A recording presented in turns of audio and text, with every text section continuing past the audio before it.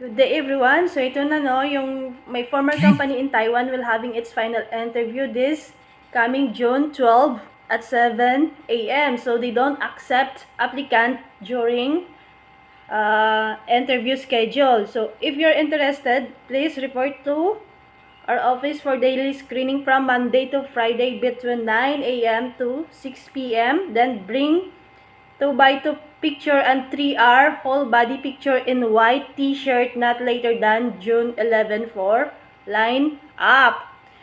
So, dito kayo mag-apply. Please lodge your application at www.my7107.com.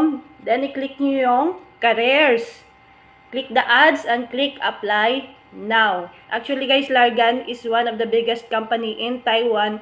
And before, hataw kami sa overtime. So, as long as my cellphone, may Largan kasi yung products na Largan is camera lens.